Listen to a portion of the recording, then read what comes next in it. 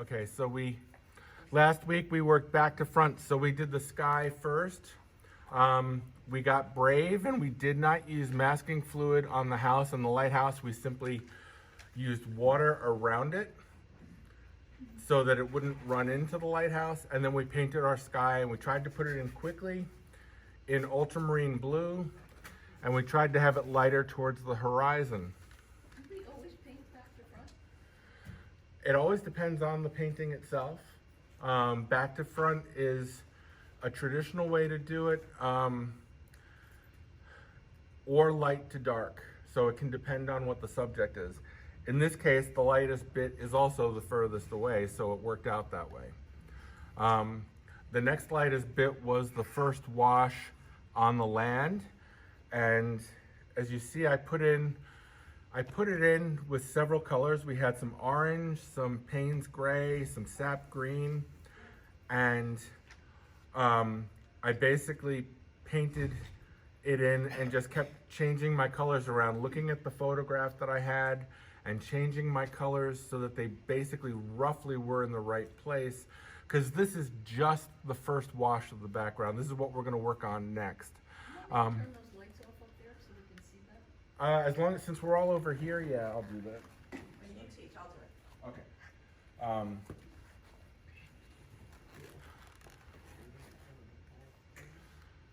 Okay. Okay. So I know I'm trying to balance two groups working at the same time, but that's good. So when I painted in this first wash, I made the decision to paint this on dry paper and to leave some white areas that might be interesting later as I'm painting in the rocks and the rest of the foreground. So this is what we're going to come to next. The part we did do was after that, the second area that we did, we put our water in. I taped off the horizon with masking tape. That gave me a really straight, flat line. If your horizon is crooked, that's the ball game. That's usually the thing that somebody will look at and their eye will get stuck on it. So I used a T-square with a pencil and then taped it right on that line to get it nice and flat and straight. The water we put in was greener on this side, and as we got to the cove in here, it got to be a darker blue. And then as I was trying to explain to you guys about the waves, when you get to an outcropping of land like this, the waves wrap around and will always end up perpendicular to the in straight with the shore. So I basically picked a point here and made it like these were the hands of a clock, and it ends up getting straight to the land over there. I think that works, and it's a reasonable look that we won't have to fuss with it too much more. I do think the water's gonna have to get darker, and it's gonna have to get darker at the shore. I mean at the water line. So here's our photo. As you can see, the water is probably a little bit darker. I'm gonna do a little work on the land and make that decision. And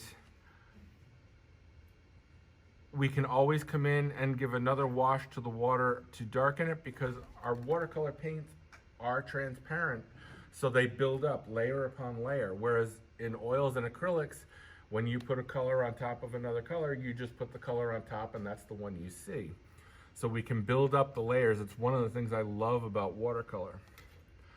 So to get you guys rocking and rolling, I think what I'm gonna do is I'm gonna separate out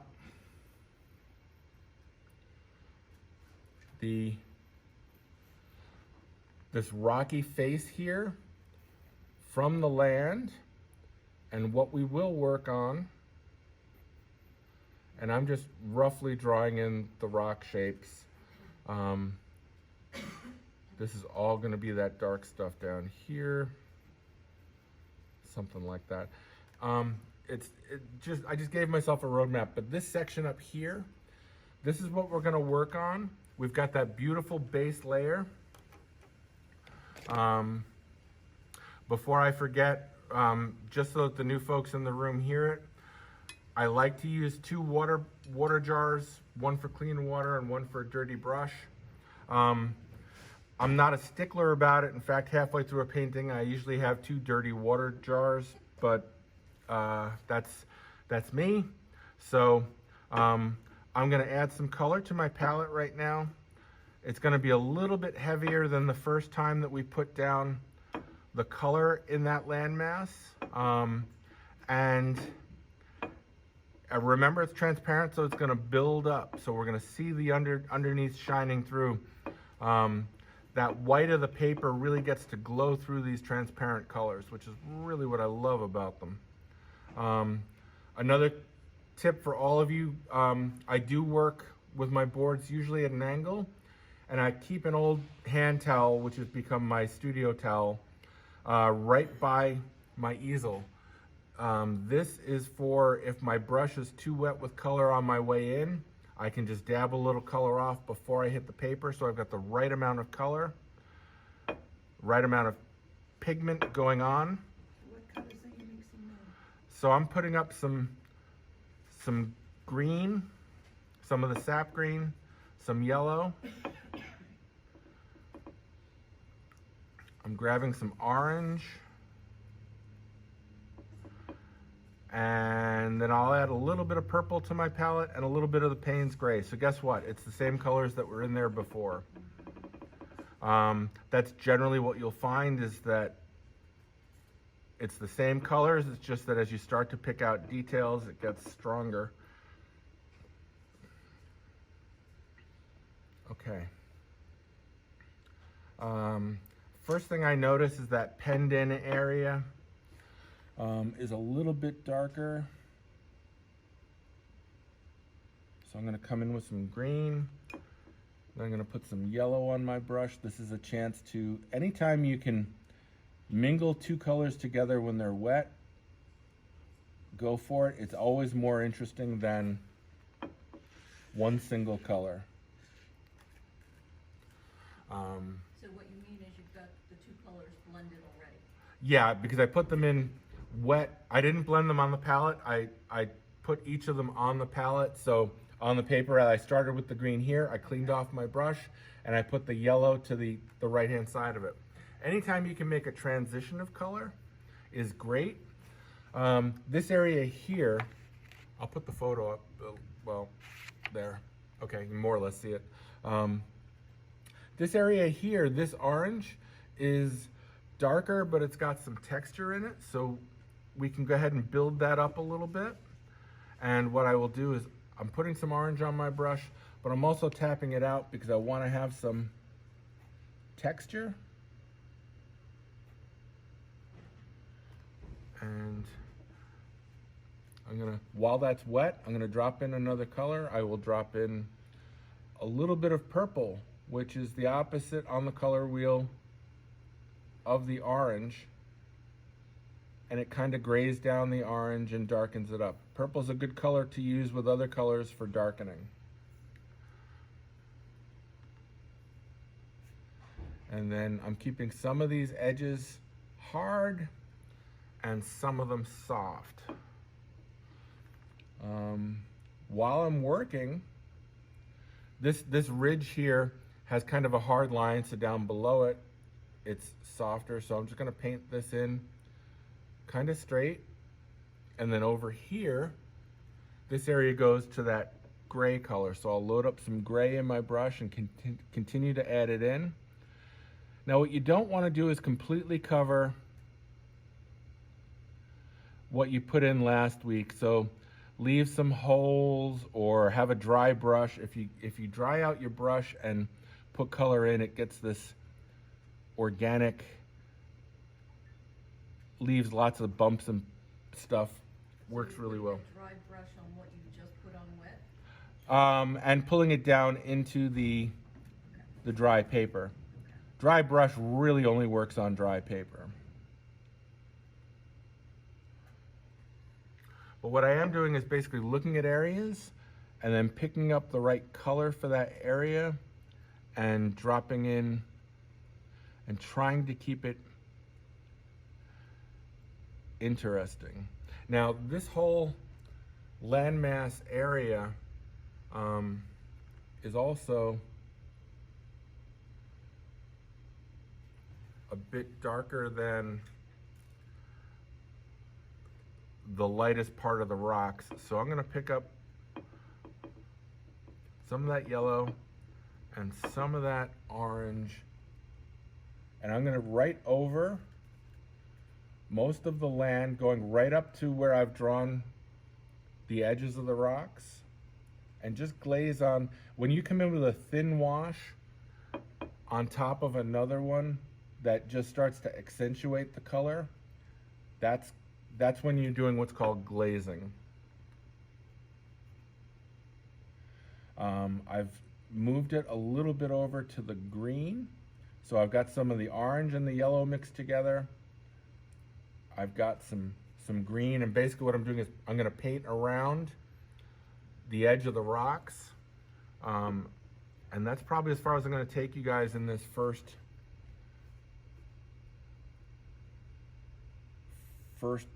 section after last week. Is this middle section of the landmass.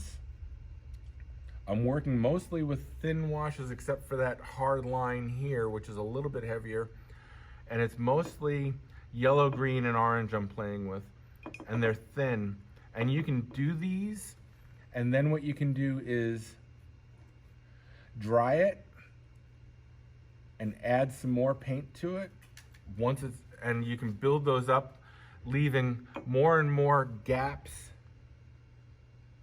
as you go.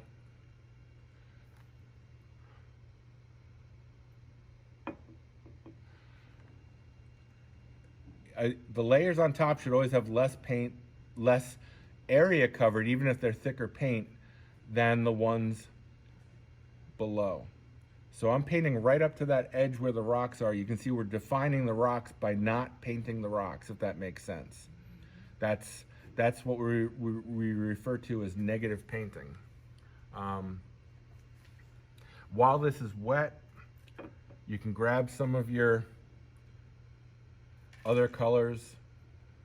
And see, this paper is nice and wet because I just put that wash down. So coming in with some paint on your brush, you can dab in colors to make color changes. The trick is to kind of look at your photo and kind of emulate what you see going on in the photo.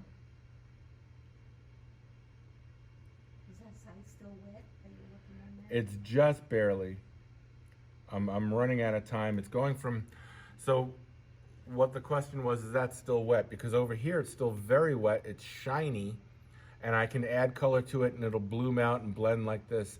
Over here it's less shiny, it's almost matte, and when you get to that space, if you put a wet brush into it, you have a good chance of it blossoming. So this is what we're gonna do, is play in this area, keep referring back to your photo and try and get the colors in there. Do a layer, dry it, do another one. Again, less and less area covered, but start to pick out the details and work right up to these rocks so that you get the land and the rocks. The rocks have a lot of sunlight on them, so where they're light, they're very light, and where they're dark, they're very dark. So we'll get to the dark parts of that later.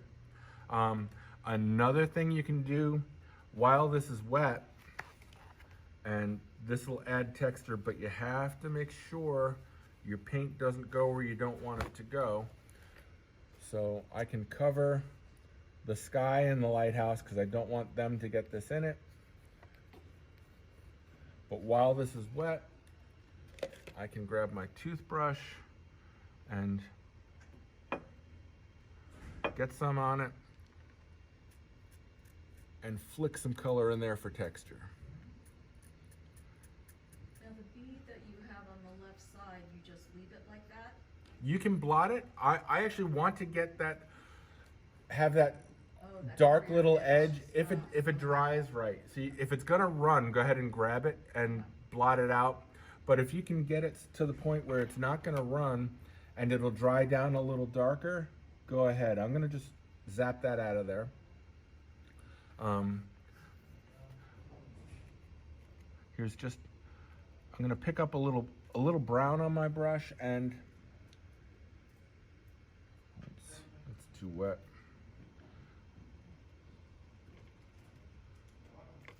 Okay. And just do some more flicking. This toothbrush flicking gives great texture in a way that you would never be able to paint it. And it works completely differently on dry paper than it does on wet paper. So it's a technique to play with. But again, make sure that you cover areas that you don't want it to happen on. Like I see I flicked all over my fence. Boo! That fence is nice and white. It's paper white in the painting, and I want to keep it as close to that as possible. So I wet it with my brush, and I blot it out, and that'll dry down to almost paper white. Okay, so this middle section, I will be walking around after I get the washes going with the other ladies, and I will help you with, you're gonna put in thin washes, dry them, and then add more and more, and you'll build up the texture on that middle section. Okay. We define the shadow shapes of the rocks because that first layer, when the land and the rocks were painted all as one shape, put a base color down. And then we decided where the shapes of our rocks were, where the light shapes were, and painted around them to develop our shadows. If you look at your photograph, which is here, and yes, it's upside down if you're watching the video, all of the rocks get connected by the fact that where they meet the water, it's very dark there and runs up a little bit. So that's our next bit, is a dark wash. And I'm not gonna have a ton of colors in the dark wash. I'm basically gonna have a couple of colors and just keep going back and forth between the two of them. So what colors are you using? I'm gonna use the sap green and the purple and mixtures of the two of them together. And if I really want to get that black, I will throw some blue into that mixture as well to cool it down. Ultramarine? Yeah, I'm just grabbing some ultramarine off my palette now. I wasn't getting it black enough, so I put some black in it. And you can, I have an allergy to black paint, so I don't use it. And the key is, don't be afraid to turn your photo upside down since you're working from your photo. And now where the rocks meet the water, even in the light areas, it needs to be darker. So right up to the water shape, you're putting in this dark color, and I'm varying it now, moving it more towards the green so it's warmed up a little bit. I'm only gonna go about a third of the way across the page at this moment, because what I'm gonna do now is wet my brush, but then take most of the water out of it so that I can soften these. Because where they come up into the rock, they're not as hard as the dark that's down at the bottom. So that's the key to this, is wet your brush, take most of the water out, and then while this is still wet, come in and just pull it down. Vary it so it's not all the same height. So maybe this one, I might reintroduce some dark here and come around that rock. So don't make it a straight line of light and dark. Balance it out a little bit. Here I'm going to leave it pretty low, so I'm just going to waggle that dry brush in here. And here I'm going to leave them hard. One of the things that I think is a good thing to know for watercolor is the edges are never all hard and they're never all soft. So try to include that in your planning. For variety into this dark gray here, I'm throwing some purple so it's not all the same. Just like edges aren't all hard and they aren't all soft, and even in shadows have a lot of colors in them if you look at them. So it's something to always be aware of. And even in some of these rocks, maybe pull the shadow up on one side of the rock but leave a hard edge on the other. That starts to make it look really, really realistic. And basically we're doing this along the whole bottom. There's one little patch here where I see like the highlighted rock and the shadow is just going to go behind it, just like I'm doing here. Instead of having, and what I will do is just a a couple of points of dark shadow in there, but not the whole thing. And then the same thing here, up into that space. I'm just coming in with that brush that's mostly dried out. So it is darker here at the base, and it gets lighter as it goes up. Now, some of these rocks you do have shadows and little things coming behind them, and you need to still do some playing, but that's like a last minute detail stuff that I'm doing right this second. So I'm going to stop doing that. I'm just going to concentrate on this dark line. That's what we're focusing on. So paint it in where the land meets the water, vary the height, vary the thickness of it so that you get like, it's another chance to create a rock shape. You see now, by painting that dark and having it different heights, it's looking like different rocks. And then again, I'm drying out my brush, and I'll take some of it and have a soft edge, but then I'll maintain the hard edge here. That really is working well.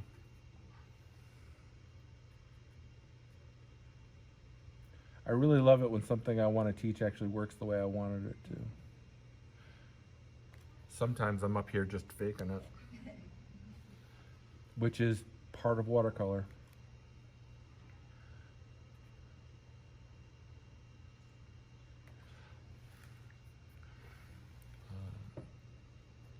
And soften a little bit of that. It was just getting a little bit too.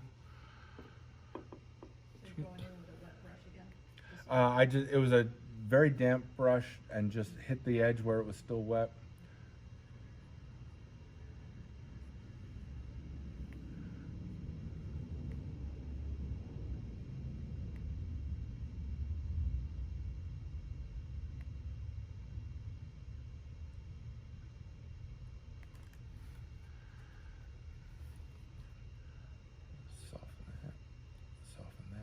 Over here on this tip, it's mostly hard edges.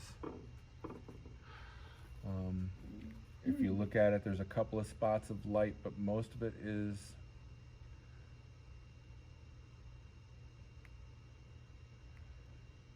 dark right up until you get to about here. And that's when you start to see some orange here at the end of the tip. So I'm just going to throw in some orange just to give it some variety. Okay, now for the reveal. Ta-da! It looks like rocks. Yes. Now, will you leave on the left side, will you leave it clear or white? Or will you come back in and? Over here, I will probably still establish some more dark in here. I'll do it as another pass. It would also be not a terrible time to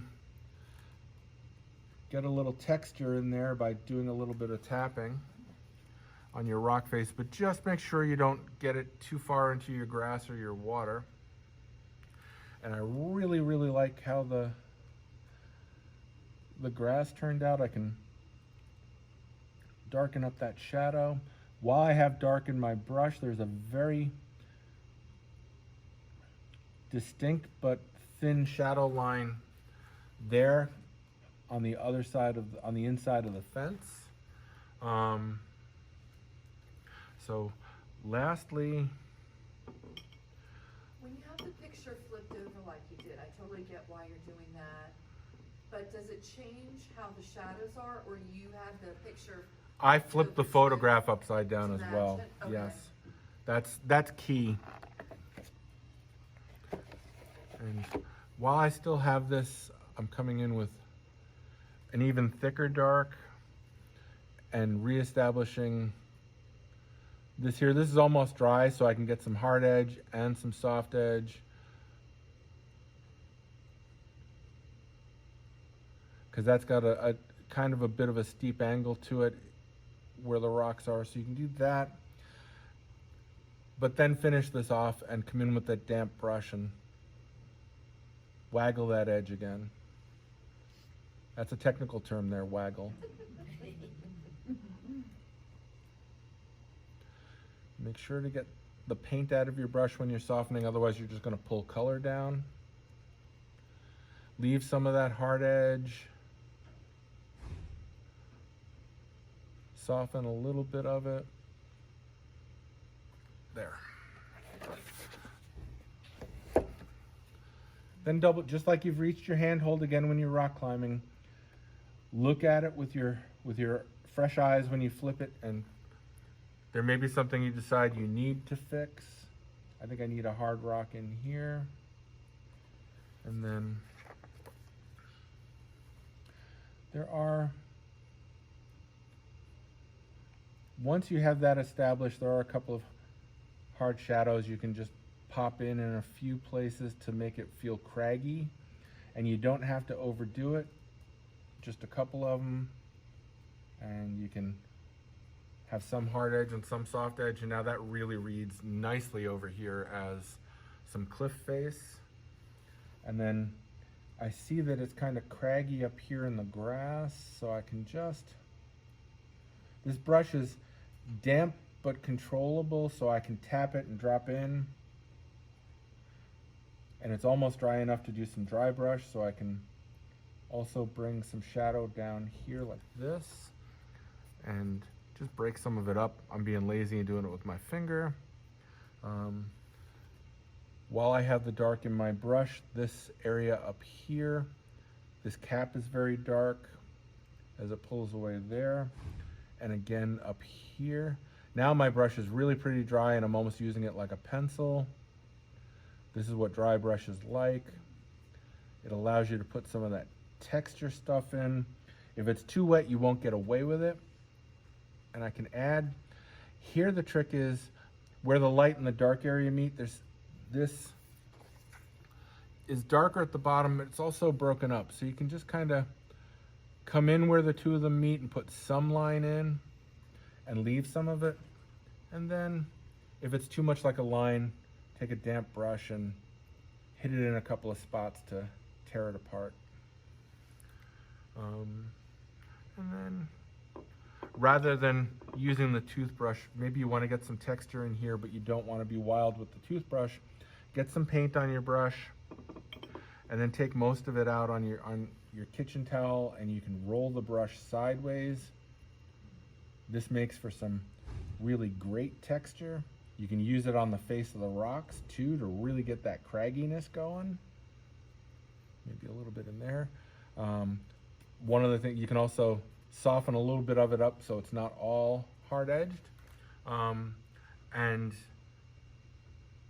the key there is less is more. Like Picasso says, stop 5 minutes before it's finished, which is a really frustrating thing to hear from somebody.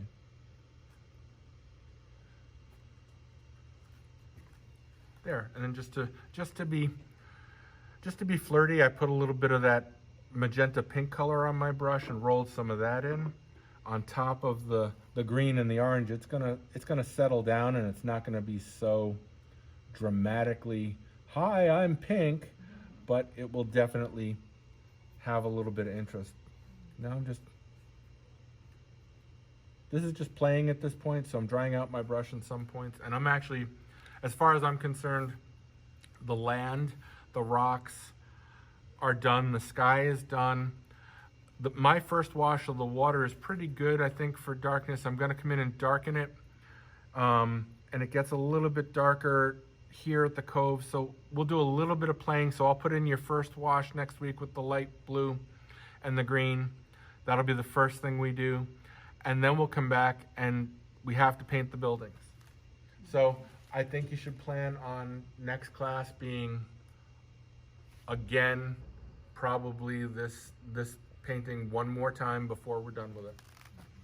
All right?